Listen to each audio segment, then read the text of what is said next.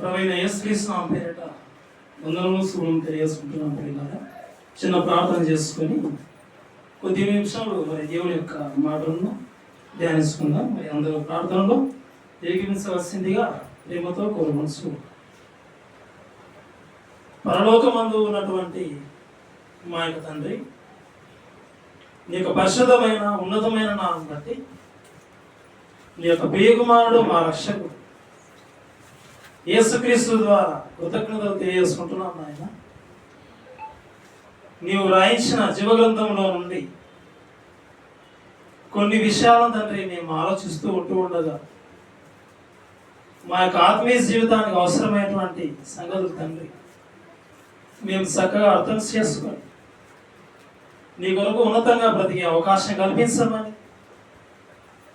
ఈ యొక్క సమయంలోనైనా ఎందరైతే ఈ యొక్క కూడికలో పాల్గొన్నారో ప్రతి ఒక్కరు తండ్రి మరి చక్కగా అర్థం చేసుకుని నీ కొరకు ఉన్నతంగా బ్రతుకుతూ అదేవిధంగా నాయన అగ్నిలోంటి లాగినట్లు కొందరినైనా రక్షించే పనిలో ఉండినట్లు సహాయం అందించమని చక్కటి వాతావరణాన్ని అనుకూలపరచమని ఈ ప్రార్థన నీ ప్రియకుమారుడైనటువంటి యేసుక్రీస్తు ద్వారా అడిగి వేడుకొనుచున్నాం తండ్రి, ఆమేన్. ప్రియమైన దేవుని పిల్లలారా, మీకు ముందుగా ప్రకటింపబడిన విధముగా ఈరోజు బైబిల్ గ్రంథంలో నుండి మనం ఆలోచించబోయేటువంటి ఒక చక్కటి ఆత్మీయ సందేశం, అదే ఉప్పులో ఉన్న మంచి లక్షణాలు. ఉప్పులో ఉన్న మంచి లక్షణాలు నీలో ఉన్నాయా, అది మనం ఆలోచిస్తూ ఉన్నాం. ఒకసారి మనం బైబిల్ గురించి ఆలోచిస్తే దేవుడు రాయించినటువంటి ఈ యొక్క బైబిల్ గ్రంథంలో రెండు నిబంధనలు ఉన్నాయి. ఈ రెండు నిబంధనల్లో ఒకటిది పాత నిబంధన, రెండవది క్రొత్త నిబంధన. మరి ఈ పాత నిబంధన అది ఎవరికి ఇవ్వబడిందంటే అది కేవలం ఇశ్రాయేలీల ప్రజలకు మాత్రమే ఇవ్వబడింది. ఆ రోజు ఉన్నటువంటి మిగిలిన జనాంగం, అమోరీలు కావచ్చు, కల్దీయులు కావచ్చు, హిత్తీయులు కావచ్చు, పెరిచీలు కావచ్చు, ఎవరైనా ఇశ్రాయేలీలు తప్ప ఎవరున్నా కానీ వారికి పాత నిబంధన వర్తించదు. ఇశ్రాయేలీల ప్రజలకు మాత్రమే పాత నిబంధన వర్తిస్తుంది. ఆ పాత నిబంధన దేవుడిచ్చింది వాళ్ళ కోసమే. ఆ రోజు ఇశ్రాయేలీల గురించి దేవుడు చాలా సందర్భాల్లో చాలా విషయాలు చెప్పాడు. వీరు నా పిల్లలు, ఇశ్రాయేలీలు నా పిల్లలు. ఒక మాట చూద్దాం. ద్వితీయోపదేశకాండం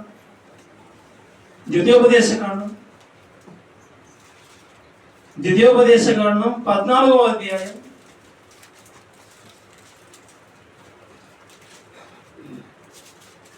14వ అధ్యాయం మొదటి వచనం. ఎవరైనా చదవాల్సిన కోర్సు ఉన్నా? మీరు మీ దేవుడైన యెహోవాకు బిడ్డలు కనుక మీరు మీ దేవుడైన యెహోవాకు బిడ్డలు. ఆ రోజు ఈ పాత నిబంధనలో ద్వితీయోపదేశకాండంలో వ్రాయబడిన మాట, ఆ ద్వితీయోపదేశకాండం కావచ్చు, ఆ పాత నిబంధన కావచ్చు, ఇది ఉన్నదంతా ఎవరి కోసం అంటే ఇశ్రాయేలీయులకు మాత్రమే. ఆ ఇశ్రాయేలీయులతో దేవుడు ఏమంటున్నాడు ఇక్కడ? మీరే మీ దేవుడైనటువంటి యెహోవాకు బిడ్డలు, మీరు ఆయన పిల్లలు. పాత నిబంధనలో దేవుని దృష్టిలో ఆయన పిల్లలుగా ఇశ్రాయేలీయులు పిలువబడ్డారు. ప్రియమైన దేవుని పిల్లలు.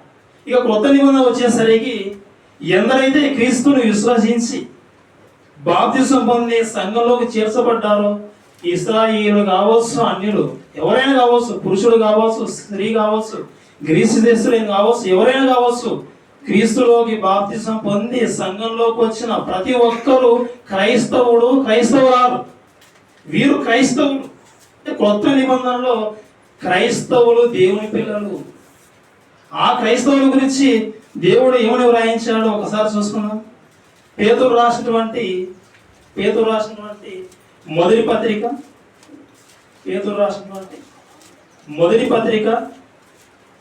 2వ అధ్యాయం, పేతురు రాసినటువంటి మొదటి పత్రిక 2వ అధ్యాయం 9వ వచనంలో వ్రాయబడినటువంటి మాటలు ఒకసారి మనం చూద్దాం పిల్లలు. అయితే మీరు చీకటిలో నుండి ఆశ్చర్యకరమైన తన వెలుగులోనికి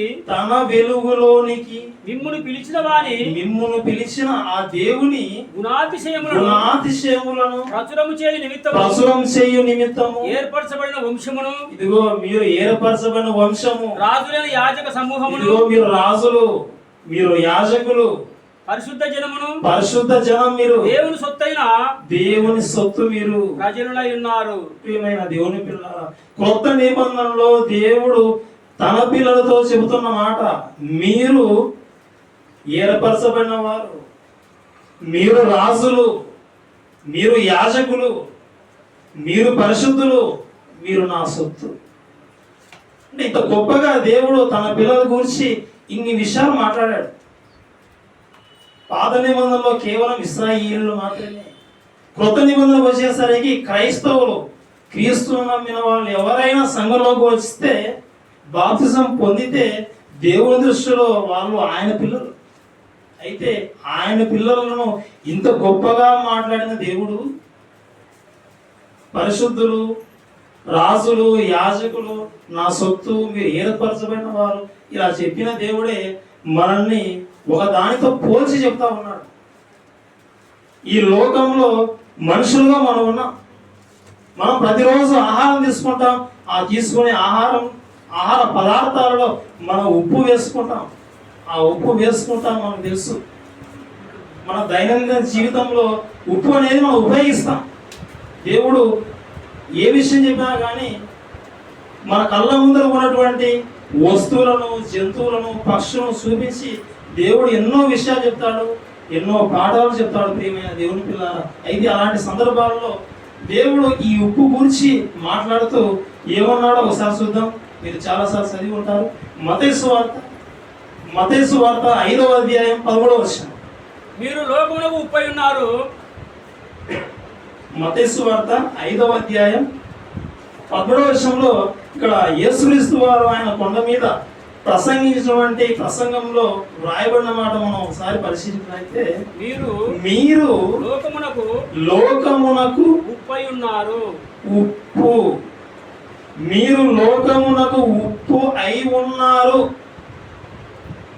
ఈ లోకం అనేది ఒక కలగూర వంటకం అయితే, ఆ వంటలో, ఆ పదార్థాలలో అవి వండేటప్పుడు ఖచ్చితంగా ఉప్పు వేయాలి. రుచికరమైన పదార్థాలు మీరు వండేటప్పుడు వాటిలో ఉప్పు వేస్తారు కదా, అదేవిధంగా మీరు కూడా ఈ లోకాన్ని ఎలాంటి వాళ్ళంటే మీరు ఉప్పు లాంటి వాళ్ళు. మీరు ఈ లోకానికి ఉప్పు. ప్రియమైన దేవుని పిల్లలారా, దేవుడు తన పిల్లలను క్రీస్తు ద్వారా ఏం చెప్తున్నాడు చూడండి, మీరు ఉప్పు. అయితే ఈ యొక్క ఉప్పు గురించి మనం కొంతసేపు ఆలోచిస్తే, ఈ ఉప్పు యొక్క ఖరీదు పెద్దగా ఉండదు, ఎక్కువ రేట్ అయితే పడదు. 10 రూపీస్ ఇస్తే ఒక ప్యాకెట్ వస్తుంది. ఉప్పు ఖరీదు తక్కువ. అదే కందిపప్పు అయితే రేటు చాలా ఎక్కువ. ఇప్పుడు కేజీ ఎంత ఉంది? 180, 175, 180, దాడే 200 ఉంటుంది. 200 రూపాయలు పెడితే కానీ కందిపప్పు రాదు. ఆ కందిపప్పు నువ్వు రోజు ఉపయోగించిన ఒక 5-6 రోజులు అయిపోతుంది. ఇంకా ఎక్కువ మంది ఉంటే 3 రోజులకి అయిపోతుంది. ప్రియమైన దేవుని పిల్లారా, అదే ఉప్పు ప్యాకెట్ తెచ్చుకుంటే అది చాలా రోజులు వస్తుంది. ఖరీదు తక్కువ, ఎక్కువ రోజులు.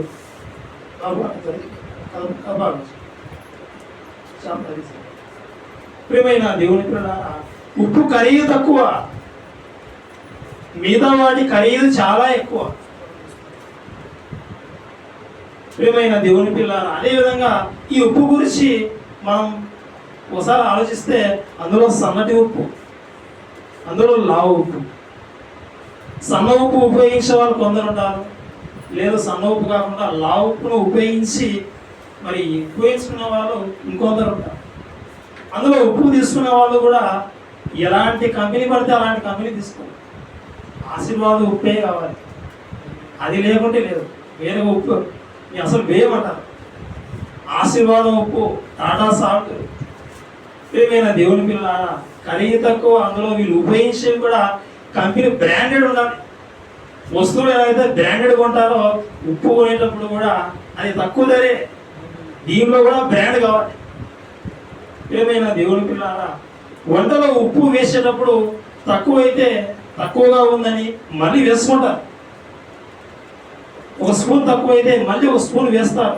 అదే ఉప్పు ఎక్కువైంది అనుకో, అదే స్పూన్ తీసుకొని ఉప్పును బయటికి తీయలేదు, ఎందుకంటే ఆ వంటలో అది కరిగిపోయింది. అయితే ఉప్పు మీరు వేసుకునేటప్పుడు ఉప్పు ఎక్కువైనా కానీ ఉప్పును తగ్గించుకోవడానికి ఎన్నో చిట్కాలు చాలా మంది చెప్పారు. ఒకసారి యూట్యూబ్లోకి వెళ్ళిపోతే మీ కూరలో ఉప్పు ఎక్కువైందా, అయితే ఉప్పు తగ్గించుకోవాలంటే కొన్ని చిట్కాలు ఉన్నాయని వాళ్ళు ఎన్నో రకాల చిట్కాలు చెప్తారు. మీకు కూడా ఎన్నో తెలిసే ఉంటాయి. ఒక బంగాళాదుంప అంటే పొటాటో, దాన్ని ముక్కలుగా కోసి ఉప్పు ఎక్కువగా ఉన్న కూరలో వేసి కొద్దిసేపు ఉడికిస్తే ఒక 10 నిమిషాలు ఆ బంగాళాదుంప ఆ ఉప్పును పీల్చుకుంటుంది. ఎక్కువ మోతాదులో ఉప్పు అంతా దానికి పడుతుంది అన్నమాట. ఆ తర్వాత మీరు గరిటెతో ఆ బంగాళాదుంప ముక్కలను పక్కన వేసేస్తే ఉప్పు తగ్గిపోయి ఉంటుంది.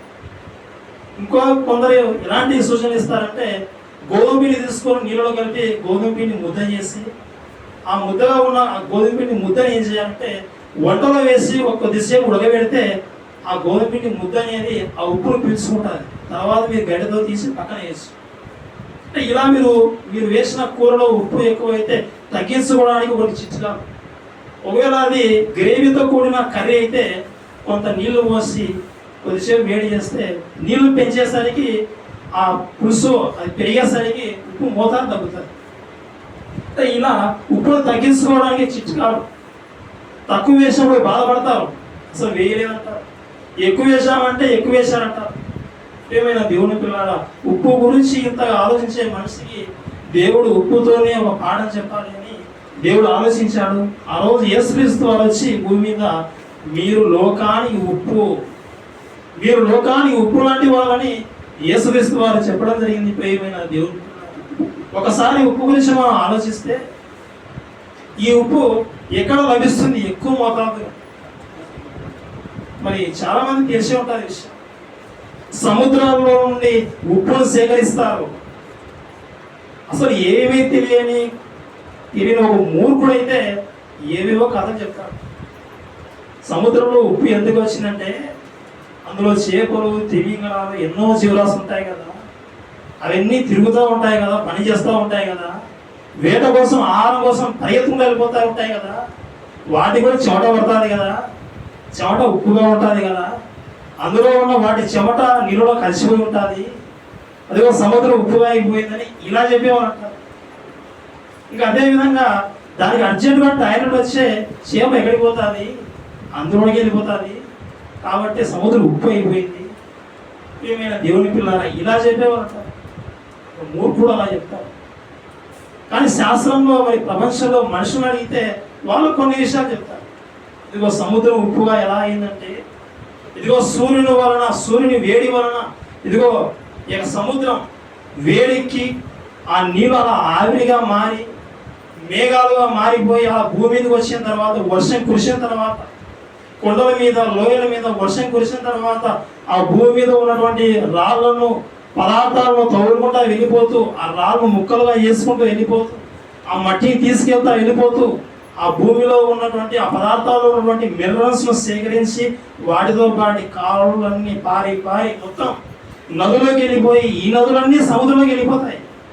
ఆ సముద్రంలోకి వెళ్ళిపోయిన తర్వాత ఈ మినరల్స్ అన్ని సముద్రంలోకి వెళ్ళిపోతాయి. మళ్ళీ తర్వాత వేడెక్కిన తర్వాత మళ్ళీ నీళ్ళు పైకి వెళ్ళిపోతాయి ఆవిరి రూపంలో. అంటే మినరల్స్ అక్కడే ఉండిపోతాయి, స్వచ్ఛమైన నీళ్ళు మాత్రం పైకి వెళ్ళిపోతాయి. మళ్ళీ అలా భూమి మీద పడిన తర్వాత మళ్ళీ సముద్రంలోకి వస్తాయి. ఇలాంటి కార్యక్రమం, ఇలాంటి చక్రం అనేది ఎన్నోసార్లు జరిగి ఇదిగో మినరల్స్ అన్ని సముద్రంలోకి వెళ్ళిపోతాయి, అక్కడ ఉంటాయి.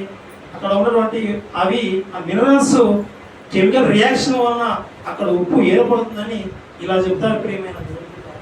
ఇంకా అదే విధంగా ఇంకా ఏం చెప్తారంటే, సముద్రంలో అడుగు భాగాల్లో అగ్నిపర్వతాలు సంభవిస్తాయి. అగ్నిపర్వతాలు బద్దలైనప్పుడు అందులో ఉన్న పదార్థాలు బయటికి వస్తాయి, ఆ సముద్రంలోనే కలిసిపోతాయి. అక్కడ ఉన్న పదార్థం ఆ యొక్క వాటిలో వచ్చే ఆ మూలకాలు ఏవైతే ఉంటాయో అక్కడ ఉప్పుగా మార్చేస్తాయని ఇలా కూడా చెప్పిన కారణాలు ఉన్నాయి.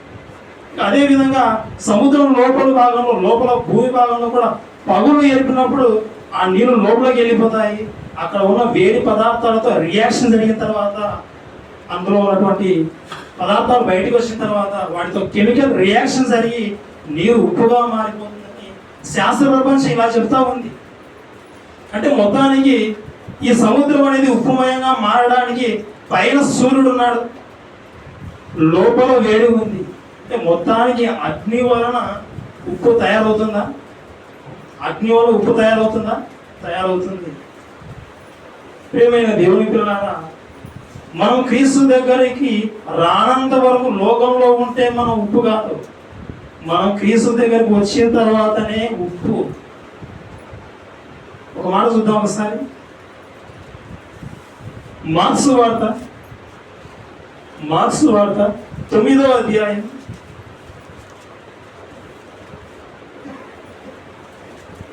9వ అధ్యాయం 49వ వచనం. ప్రతి వానికి మార్క్స్ వార్త 9వ అధ్యాయం 49వ వచనంలో మనం చదివినట్లయితే ప్రతి వానికి ఉప్పు సారము అగ్ని వలన కలుగును. మన చదివిన వచనం మళ్ళీ ఒకసారి చెప్పండి. మార్క్స్ వార్త 9వ అధ్యాయం 49. ప్రతి వానికి ఉప్పు సారము అగ్ని వలన కలుగును. ఉప్పు సారం కలగాలంటే అగ్ని వలన కలుగుతుంది. సముద్రంలో ఉన్న నీరు ఉప్పుమయంగా మారిందంటే అది ఎలా జరిగిందంటే అగ్ని వలన జరిగింది. ఇదిగో సూర్యుడు వేడెక్కాడు, నీరు అలా వెళ్ళిపోయాయి, మేఘాలు ఆవిరైపోయి మేఘాలుగా మారిపోయి వర్షం కురిసింది. ఆ పదార్థాలన్నీ వచ్చి మళ్ళీ సముద్రంలో కలిశాయి. అంటే సూర్యుని వలన ఆ యొక్క ఉప్పు అనేది డెవలప్ అయింది. ఇదిగో సముద్రంలో ఉన్నటువంటి అగ్ని పేరుడు అక్కడ ఉన్న వేడికి ఇదిగో ఉప్పు అనేది డెవలప్ అయింది. ఇది మీకు అర్థమైతే ఇక్కడ దేవుడు కూడా శాస్త్ర ప్రపంచం చెప్పకపోతే ఒక శాస్త్రీయమైనటువంటి విషయం చెప్పాడు. దేవుని పిల్లలారా, అదే మనం చదువుతా ఉన్నాం. ప్రతి వానికి ఉప్పు సారము అగ్ని వలన కలుగుతుంది. నువ్వు లోకానికి ఉప్పువా? నీలో ఉప్పు సారం ఉందా? ఆ నీలో ఉప్పు సారం ఎలా వచ్చిందో తెలుసా? అక్కడే చెప్పాడు, ప్రతి వానికి ఉప్పు సారము అగ్ని వలన కలుగును. ఉప్పు సారము అగ్ని వలన కలిగింది. అగ్ని సూర్యుడు కాదు. ఆ అగ్ని ఏది? ప్రియమైన దేవుని పిల్లారా, ఇర్మియా గ్రంథం 23వ అధ్యాయం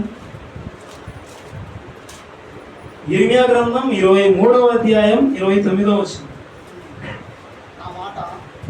ఇక్కడ దేవుడు చెబుతా ఉన్నాడు, నా మాట అగ్ని వంటిది కాదా? బండను బద్దలు చేయు సుత్తి వంటిది కాదా? అంటే దేవుని మాట ఎలాంటిది? దేవుని మాట ఎలాంటిది? అగ్ని లాంటిది. దేవుని మాట ఎలాంటిది? బండను బద్దలు చేసే సుత్తి వంటిది. ప్రియమైన దేవుని పిల్లలారా, మా ఊర్లో ఒక ఆయన ఉన్నాడు. ఆయన మన గురించి తెలుసు. ఇదిగో నేను వచ్చే ప్రాంతం కూడా ఇక్కడికనే తెలుసు. ఇదిగో పీడి సుందరం వారి యొక్క బోధనను బట్టి మీరు అలా వెళ్ళిపోతూ ఉంటారు. కానీ మీ ఈ రోజులో అసలు వాక్యాలు ఎలా ఉంటాయంటే ప్రపంచంలో ఎవరు చెప్పరు. మీ మాటలన్నీ ఒక అగ్నిలాగా ఉంటాయని చెప్తూ ఉంటాడు. మన దగ్గరికి అయితే రాడు, కానీ మీరంతా అగ్ని అంటాడు. నన్ను కనబడిన ప్రతిసారి అదే, మీరంతా అగ్ని. మీ దగ్గరకు వస్తే ఎవడైనా కాలిపోవాల్సిందే. అసలు మారిపోవాలన్నా బాగుపడాలని మీ దగ్గర అంటాడు. అంతా మీరంతా అగ్ని అంటాడు. ప్రియమైన దేవుని పిల్లలారా, ఇక్కడ దేవుడు అదే చెప్తా ఉన్నాడు, నా మాట అగ్ని వంటిది కాదా?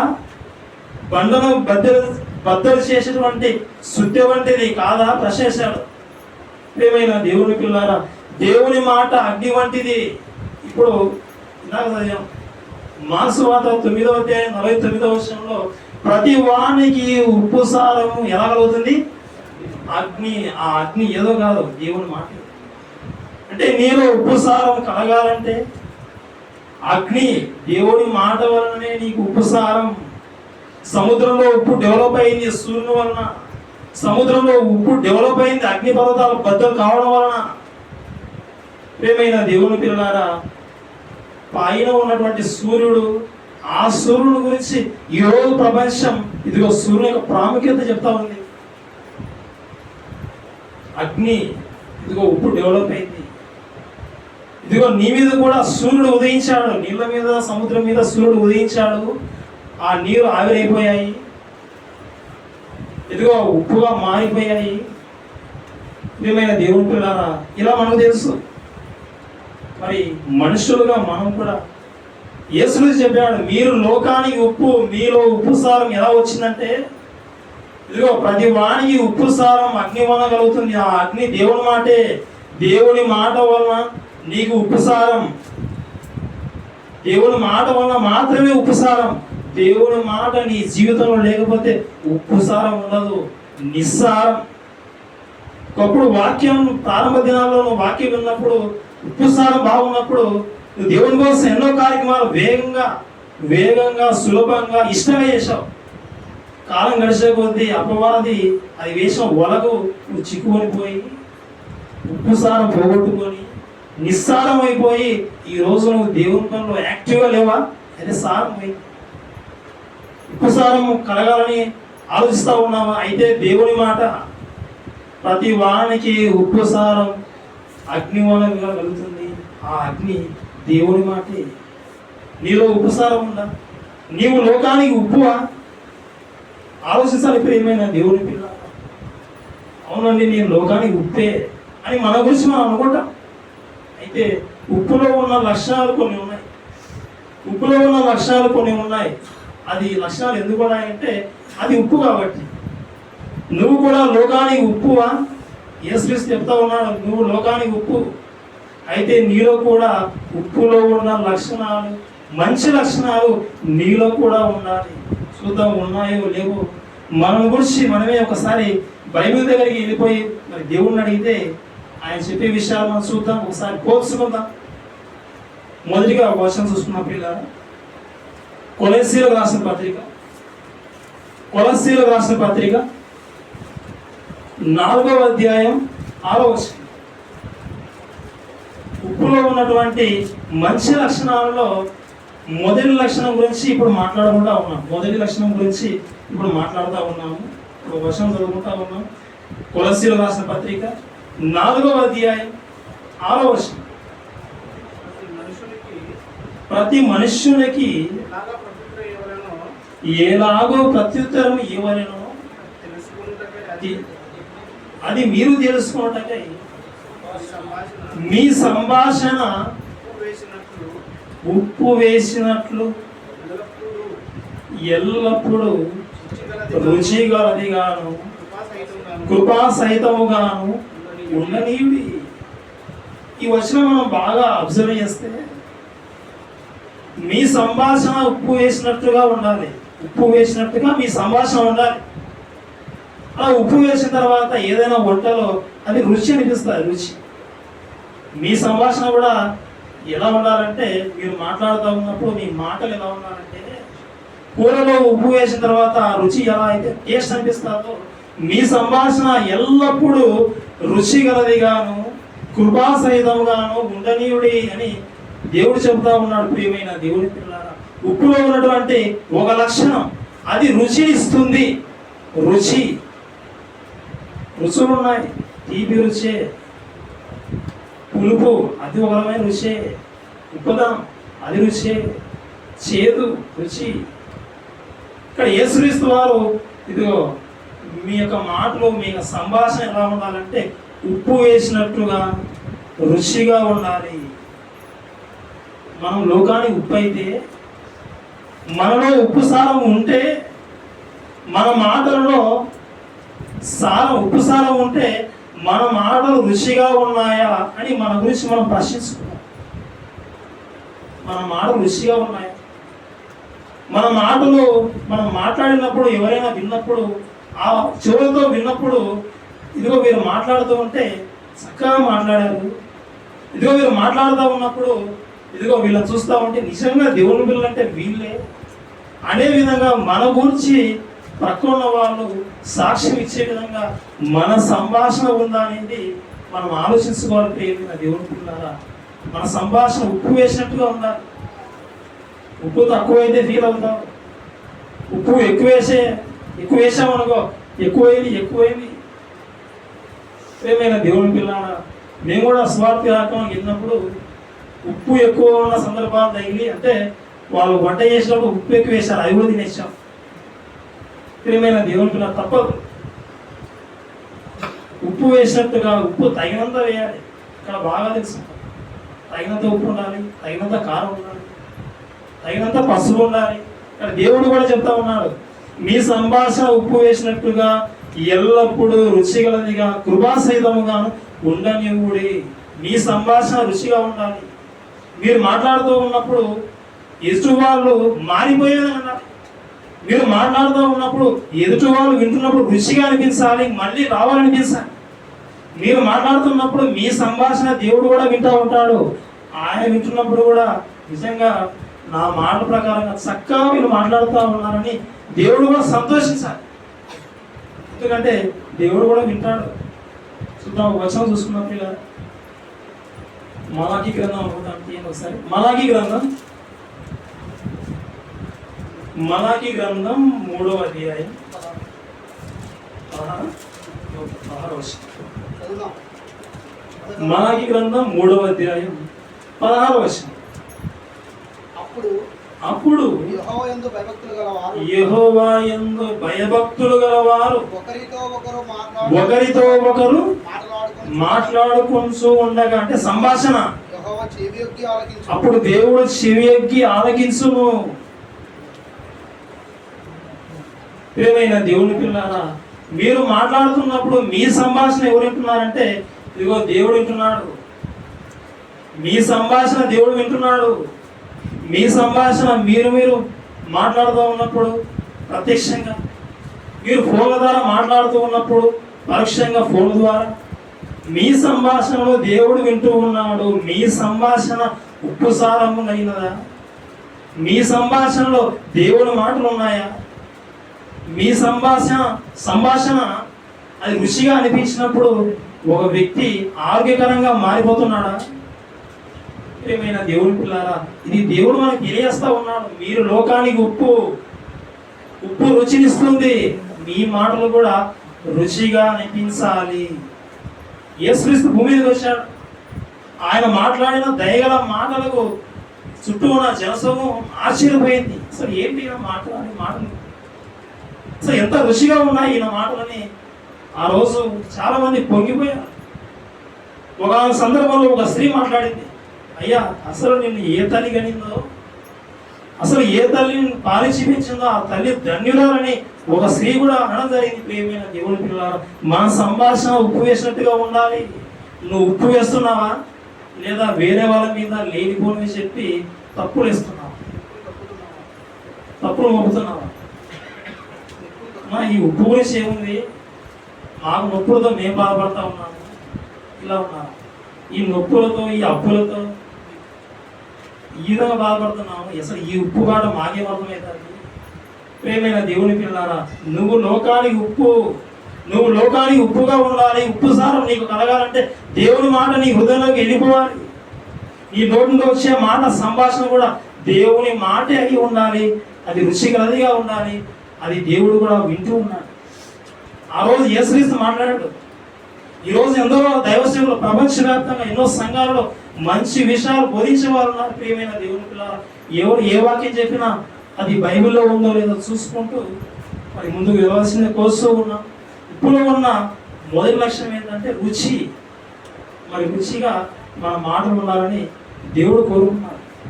ఇక ఉప్పులో ఉన్నటువంటి రెండవ లక్ష్యం గురించి మనం ఆలోచిస్తే, ఆ ఉప్పు అనేది అది ఏం చేస్తుందంటే నిల్వ చేస్తుంది. స్టోరేజ్ చేస్తారు. మీకు తెలిసి ఉంటుంది. మరి పచ్చళ్ళు అమ్మే వాళ్ళ గురించి ఒకసారి మాట్లాడితే వాళ్ళ గురించి మీరు డిస్కస్ చేసి కొంత సంపాదించారనుకో, వాళ్ళు కొన్ని విషయాలు చెప్తారు. ఆ యొక్క పచ్చళ్ళు పెట్టే వాళ్ళు ఆ పచ్చళ్ళలో ఏం ఉపయోగించాలంటే ఎక్కువ మొత్తంలో ఉప్పును కేటాయించాలి, ఉప్పు జోడించాలి. ఉప్పు జోడిస్తేనే ఆ యొక్క పచ్చడి అనేది ఎక్కువ కాలం నిల్వ ఉంటుంది. అప్పుడప్పుడు మనం చూసే ఉంటాం, ఎవరైనా మరి బియ్యం సంచులలో ఉప్పు వేసిన సందర్భాలు కనబడుతూ ఉంటాయి. ఉప్పు ఎందుకు వేశారు? పురుగు పట్టకుండా. అంటే ఆ బియ్యం పాడవకుండా కొంతకాలం నిల్వ చేస్తాయా? కొంతకాలం కాపాడతాయంటే కాపాడుతుంది. ఉప్పులో ఉన్న గుణం అది నిల్వ చేస్తుంది. అది తన చుట్టూ ఉన్న బియ్యపు గింజలను కాపాడుతుంది. ఉప్పులో ఉన్న గుణం అది నిల్వ చేస్తుంది. ఈరోజు లోకానికి ఉప్పుగా దేవుడు నిన్ను నియమించాడు. నువ్వు లోకానికి ఉప్పు అని దేవుడు చెబుతా ఉన్నాడు. అలాంటప్పుడు నిన్ను బట్టి కూడా నీ చుట్టూ ఉన్న వాళ్ళు కూడా పాడవకుండా కొంతకాలం వాళ్ళు కూడా నిలిచి ఉండాలి. ఒకసారి ఒకనొక సందర్భంలో అబ్రహాము దేవునితో మాట్లాడాడు, దేవుడు అబ్రహాముతో మాట్లాడాడు. ఆ సందర్భంలో ఒక సన్నివేశం మనకు కనబడుతుంది. ఒకసారి చూద్దాం పిల్లలు. ఆదికాండంకి వెళ్ళిపోదాం. ఆదికాండం 18వ అధ్యాయం. ఆదికాండం 18వ అధ్యాయం ఒకసారి వెళ్ళిపోతే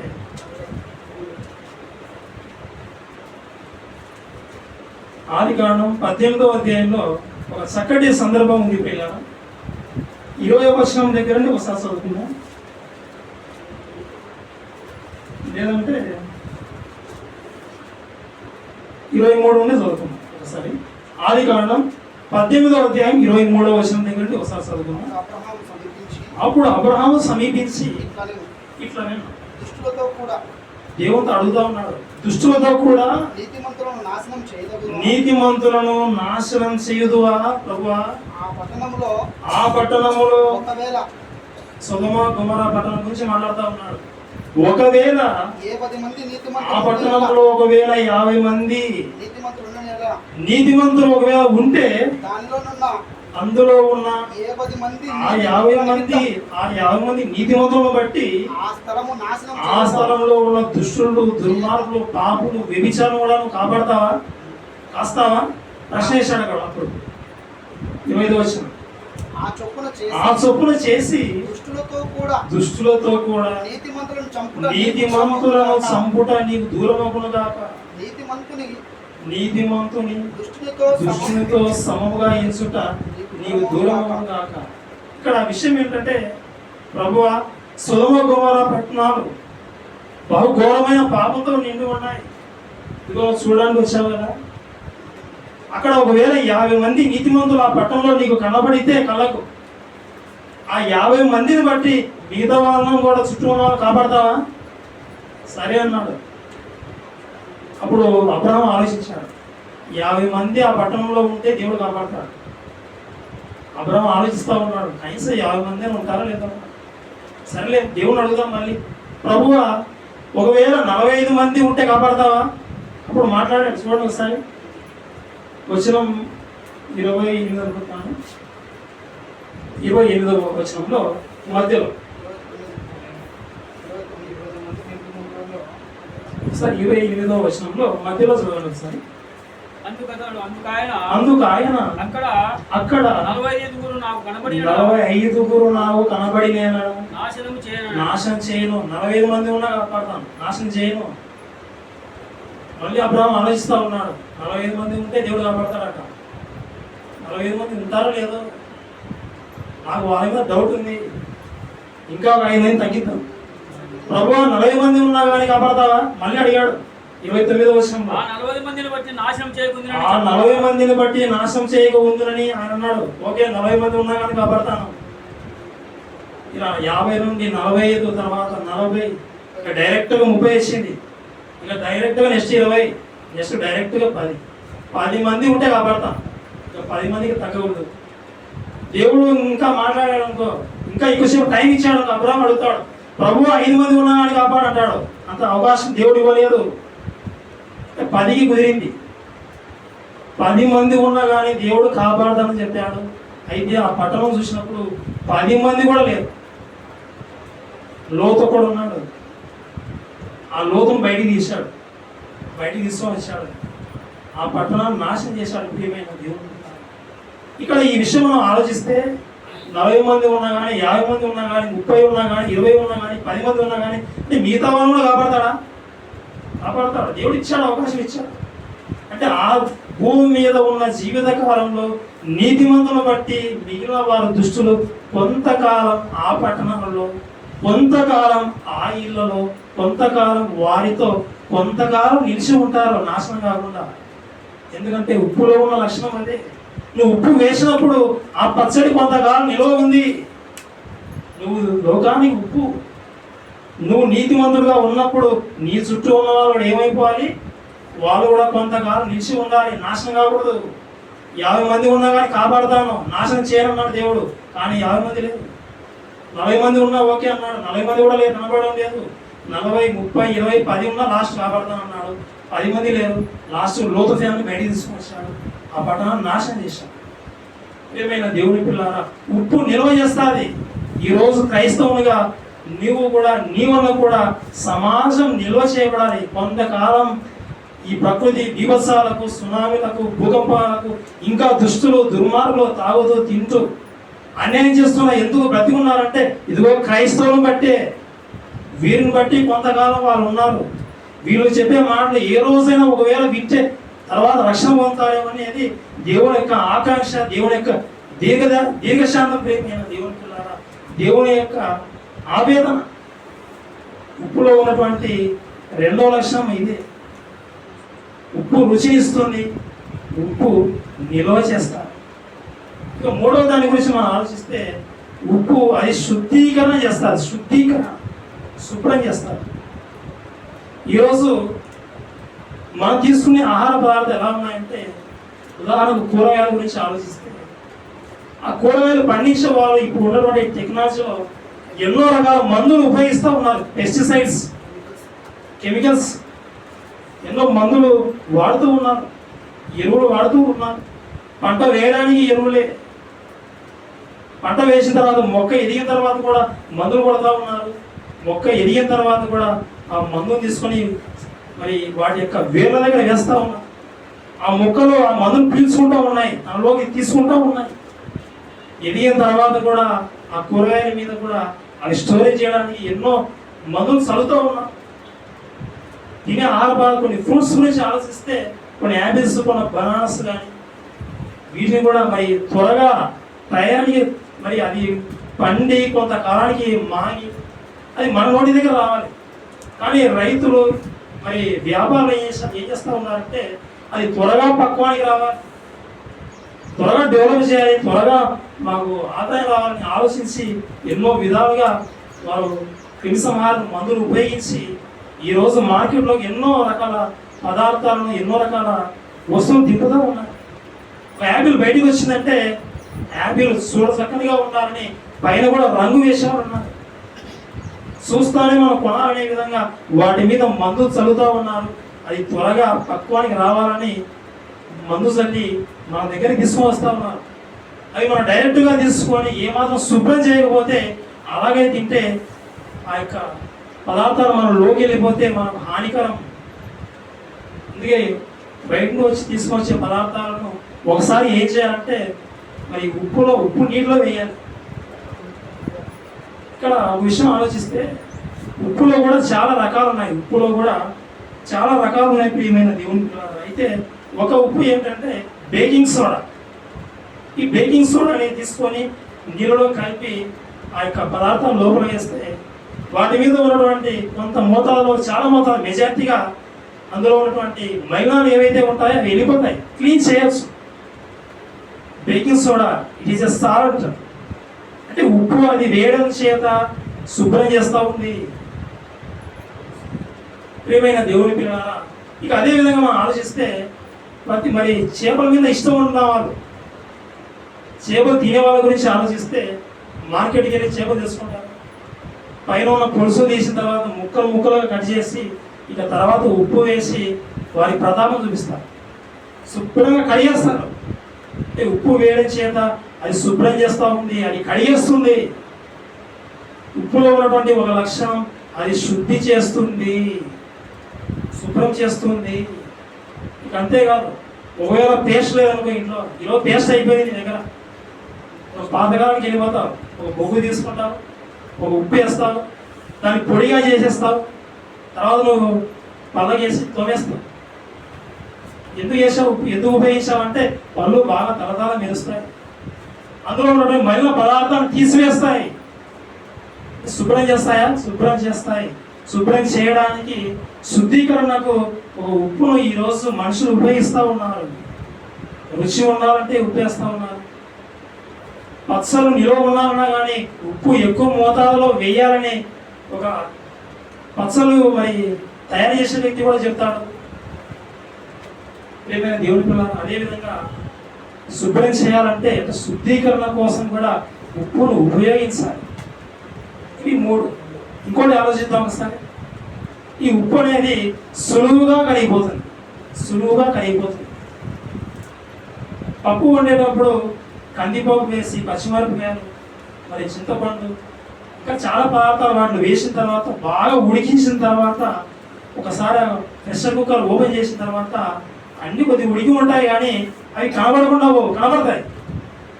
కందిపప్పు కనబడతాయి, పచ్చిమిరపకాయ కనబడుతుంది, చింతపండు కనబడుతుంది, అన్నీ కనబడతాయి.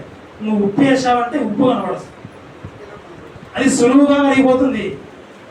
ఉప్పులో ఉన్నటువంటి గుణం ఏంటంటే అది సులువుగా కరిగిపోతుంది, అది సులువుగా అర్పణ అయిపోతుంది, అందులో కరిగిపోతాడు.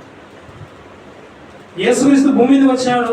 ఆయన ఈ లోకంలోకి వచ్చిన తర్వాత తన ప్రాణాన్ని పెట్టాడు. ఆయన ఈ లోకంలో ఉన్నటువంటి పాపుల కోసం ఆయన తన జీవితాన్ని అర్పణ చేస్తున్నాడు. ఆయన మాటలు విని అనుసరించే నీవు కూడా ఈ లోకానికి నువ్వు ఉప్పు అయితే, నీలో ఉప్పు సారం ఉంటే నువ్వు కూడా ఏం చేయాలంటే ఈ లోకం కోసం, ఈ సమాజం కోసం నువ్వు అర్పణ అయిపోవాలి. యేసుక్రీస్తు చెప్పిన మాట మనం ఎన్నోసార్లు చదువుకున్నాం. ఒకసారి చూద్దాం. యోహాను రాసినటువంటి మొదటి పత్రిక 3వ అధ్యాయం 16వ వచనం. యోహాను రాసిన మొదటి పత్రిక 3వ అధ్యాయం 16వ వచనం చూద్దాం పిల్లలు.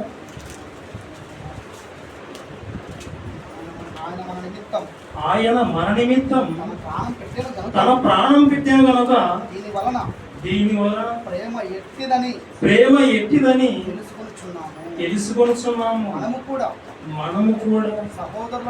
సహోదరుల నిమిత్తం మన ప్రాణములను పెట్టబద్దులమై ఉన్నాము. మనం కూడా ప్రాణం పెట్టాలి. యేసుక్రీస్తు మన కోసం ప్రాణం పెట్టాడు. యేసుక్రీస్తు యొక్క జీవితం మన కోసం అర్పణ అయిపోయింది. ఈరోజు నువ్వు కూడా ఆయన మాట దగ్గర వచ్చిన తర్వాత, ఆయన మాటలు వింటున్నప్పుడు, ఆయన మాట వలన నీకు ఉప్పు సారం కలిగినప్పుడు, ఈ లోకానికి నువ్వు కూడా ఉప్పు అయితే నువ్వేం చేయాలి తెలుసా? ఆయన అర్పణ అయినట్టుగా పాపులను రక్షించడానికి సువార్త కోసం బైబిల్ చేతబట్టి నువ్వు అర్పణ అయిపోవాలి.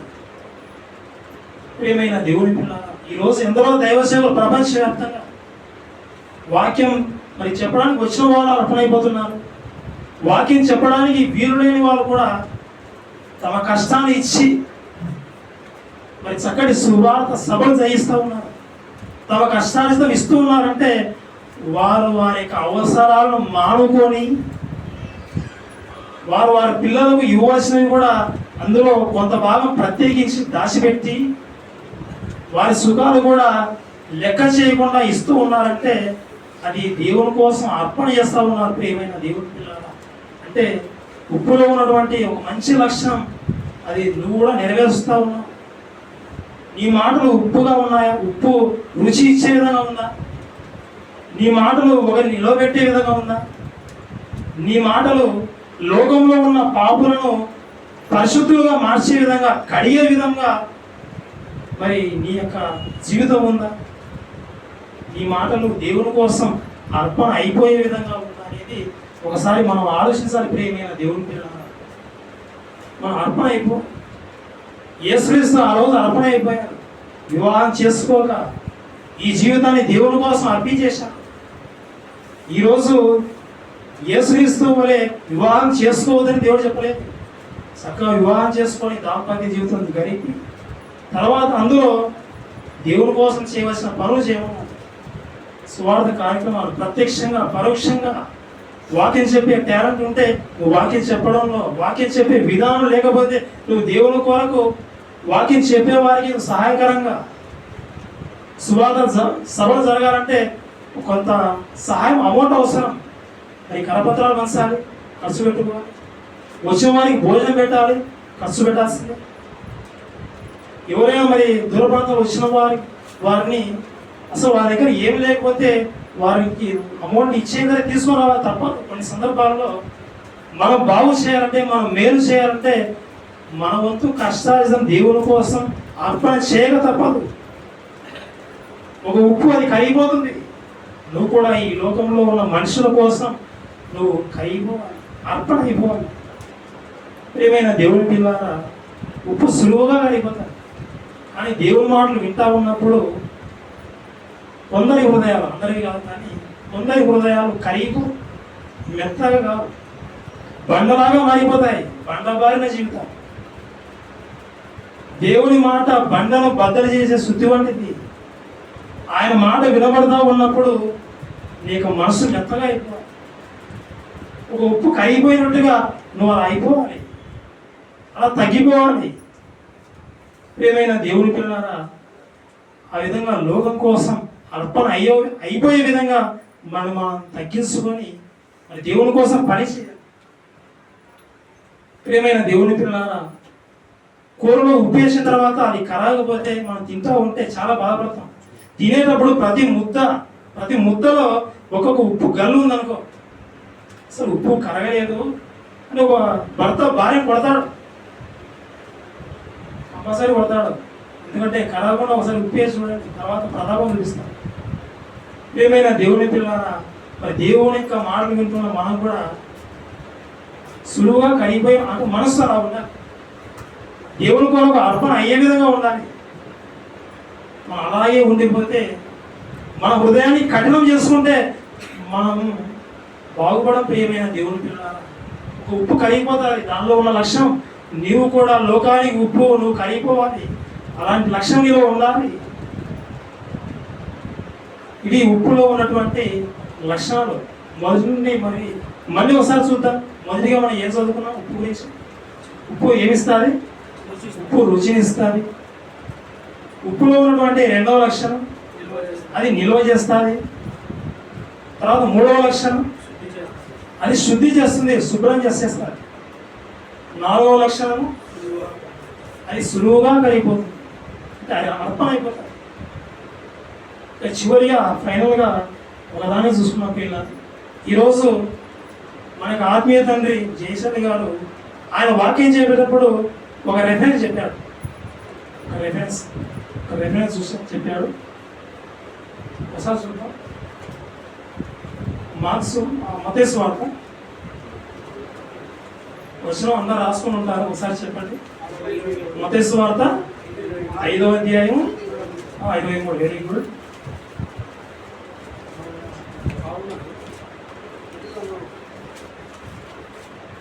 మత్తయి సువార్త 5వ అధ్యాయం 23వ వచనం. కావున నీవు బలిపీఠము వద్ద అర్పణము అర్పించుండగా నీ మీద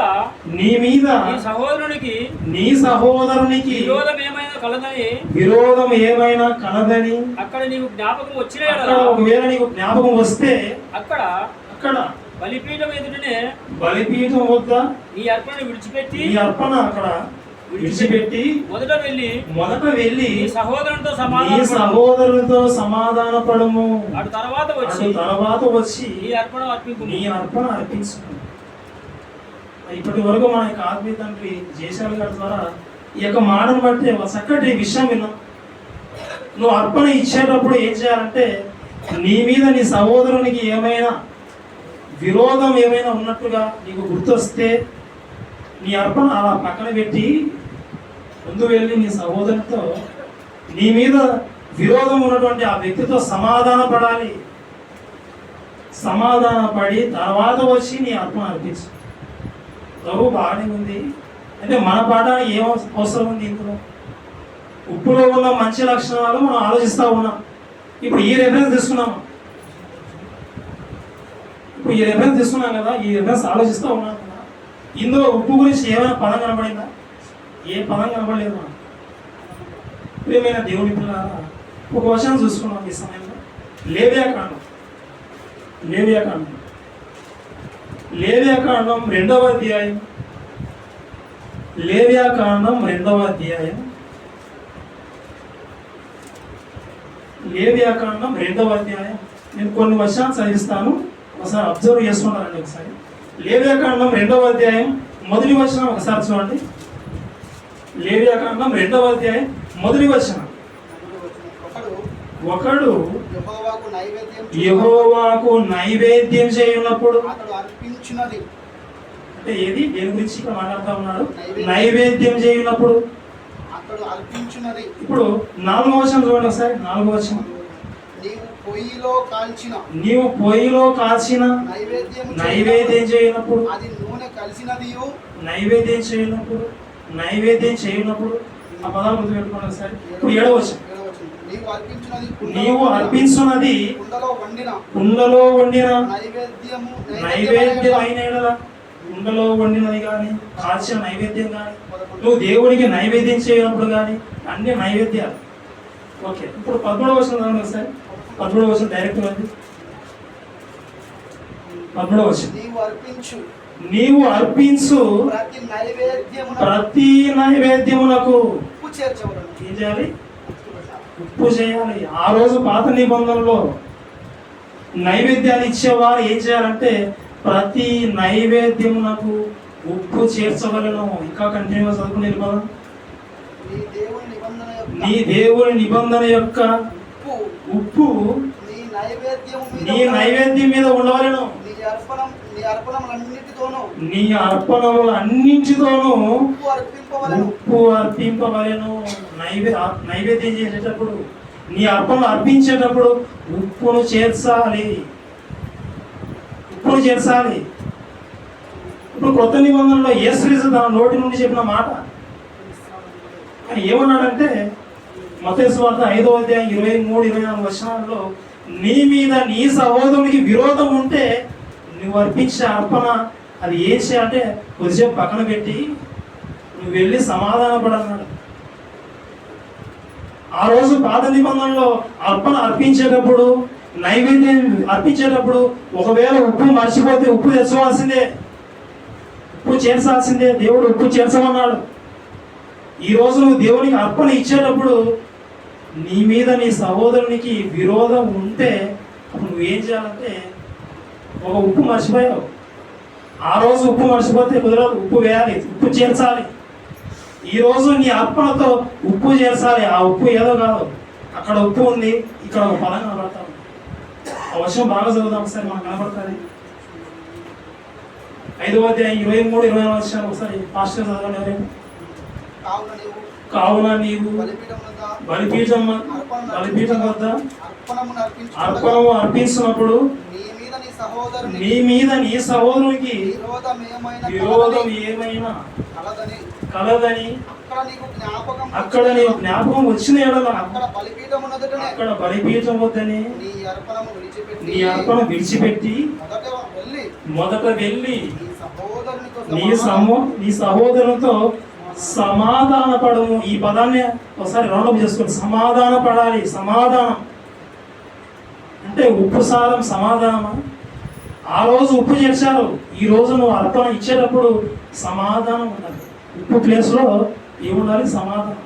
ఉప్పు వేయకపోయినా పర్వాలేదు. ఇప్పుడు అర్పణ ఇచ్చేటప్పుడు, దేవుని కోసం ఇచ్చేటప్పుడు ఉప్పు ప్యాకెట్ ఇవ్వాల్సిన అవసరం లేదు. నీవు నీ మీద నీ సహోదరులకు విరోధం ఉంటే వారితో నువ్వు సమాధాన పడాలి. సమాధాన పడితే ఆ రోజు వాళ్ళు ఉప్పు ఇచ్చారు, ఈరోజు నువ్వు ఉప్పు ఇచ్చేస్తే మరి దీన్ని కన్ఫర్మ్ చేసేటువంటి ఒక వచనం చూద్దాం ఒకసారి. మార్క్స్ వార్త 9వ అధ్యాయం. మార్క్స్ వార్త 9వ అధ్యాయం 49వ వచనం 50వ వచనం. ప్రతి వానికి ఉప్పు సారము అగ్ని వలన కలుగుతుంది. ఉప్పు మంచిదే గాని ఉప్పు నిస్సారమైన ఎడల దానికి సారం దేని కలుగు వలన మీరు దానికి సారం కలగజేస్తారు? మీలో మీరు ఉప్పు సారం గలవారై మీలో మీరు ఉప్పు సారం గలవారై ఉండి ఒకరితో ఒకరు సమాధానం ఒకరితో ఒకడు ఎలా ఉండాలి? సమాధానం. మీరు సమాధానం కలిగి ఉండాలి. మీరు సమాధానం కలిగి ఉండాలి. మీలో మీరు ఉప్పు సారం కలవారై ఉండి ఒకరితో ఒకరు సమాధానం కలిగి ఉండాలి. ఆ రోజు పాత నిబంధనలో నైవేద్యం ఇచ్చేటప్పుడు కానీ అర్పణ ఇచ్చేటప్పుడు కానీ ఉప్పు చేర్చాలి వాళ్ళు. ఈ రోజు నువ్వు అర్పణ ఇచ్చేటప్పుడు దేవుడి కోసం త్యాగం చేసినప్పుడు ఆ సమయంలో నీ మీద నీ సహోదరులకు విరోధం ఉంటే ఆ విరోధం ఏదైతే ఉందో నీకు జ్ఞాపకం వస్తే నువ్వు ముందు వెళ్ళిపోయి సమాధాన పడాలి. ఉప్పు సారం సమాధానం అనేది ఇక్కడ కనబడతా ఉంది. ప్రియమైన దేవుని పిల్లలారా, ఈ లోకానికి మనం ఉప్పు, ఈ లోకానికి మనం ఉప్పులాగా ఉండాలనేది దేవుని కోరిక. ఉప్పు రుచి ఇస్తుంది. మన జీవితంలో కూడా వచ్చే మాటలు రుచిగా ఉండాలి. మన జీవితం రుచిగా ఉండాలి. మన పేరు ఎత్తితే అసలు ఆనందపడాలి. మిగతా వాళ్ళు అసలు కలవాలి, వారితో మాట్లాడాలి, సంభాషించాలి, దేవుళ్ళు నీతో పాటు సహవాసం చేయాలనే విధంగా ఉండాలి. నీ పేరు ఎత్తితే అసలు ఆ సహోదరుడు అసలు చెప్పితే వినడం ఏ విధంగా ఉంటే అది చాలా ప్రమాదం. ప్రియమైన దేవుడు మార్చుకోవాలి, రుచిగా ఉండాలి, శుద్ధి చేసే విధంగా ఉండాలి, నిల్వ చేసే విధంగా ఉండాలి, సులువుగా అర్పణ అయిపోయే విధంగా ఉండాలి. అదేవిధంగా సమాధానం అనే బంధం కలిగి ఉండాలి. ఉప్పులో ఉన్న ఈ మంచి లక్షణాలన్నీ మనలో ఉండాలి. ప్రియమైన దేవుని పిల్లలారా, అదే ఉప్పులో ఉన్నటువంటి మంచి లక్షణాలు నీలో ఉన్నాయా? ఒకవేళ లేకపోతే అలా డెవలప్ కావాలి. ఉప్పు సారం అనేది అది దేవుని మాట వల్ల కలుగుతుంది. దేవుని మాటలు చక్కగా విని ఎక్కువగా వాక్యాలు బాగా నేర్చుకొని ఉప్పు సారం కలిగి ఈ లోకానికి ఉప్పులాగా మారిపోవాలనేదే దేవుని యొక్క ఆశ. ఆ విధంగా అందరూ మారుతారని ఈ యొక్క సమాజంలో మరి అనేకులను దేవుని చెంతకు తీసుకొని వచ్చే విధంగా నీ వంతు పాత్ర పోషిస్తారని విశ్వసిస్తూ ఈ యొక్క మాట ముగిస్తూ ఉన్నాం. ప్రియమైన చిన్న ప్రార్థన చేసుకుందాం. చిన్న ప్రార్థన చేసుకుని మిగిలిన కార్యక్రమం తెలియదు. ప్రార్థన. పరలోకమందు ఉన్నటువంటి మా యొక్క తండ్రి, మీ యొక్క పరిశుద్ధమైన నామమును బట్టి మరొకసారి ఆయన ప్రార్థిస్తాము. ఉప్పులో ఉన్నటువంటి మంచి లక్షణాలు ఆయన మాలో కూడా ఉండాలని నేను కోరుకున్నాను. మా యొక్క మాటలో తండ్రి రుచి ఉండాలని ఆయన ఉప్పు వేసినట్టుగా మా సంభాషణ ఉండాలి. ఉప్పు తండ్రి అది పదార్థాలను చెడిపోకుండా నిల్వ చేస్తుంది. నేను కూడా చుట్టూ ఉన్నటువంటి సమాజంలో ఉన్నటువంటి వారిని తండ్రి నిత్యాగ్ని దండనకు వెళ్ళకుండా తండ్రి కాపాడే విధంగా నీ కొరకు తండ్రి యుగ యుగములు తరతరములు నిత్య రాజ్యంలో వారు ఉండేలాగా తండ్రి మేము కూడా నీ యొక్క వాక్యాలు వారికి అందించి మేము రక్షించాలి.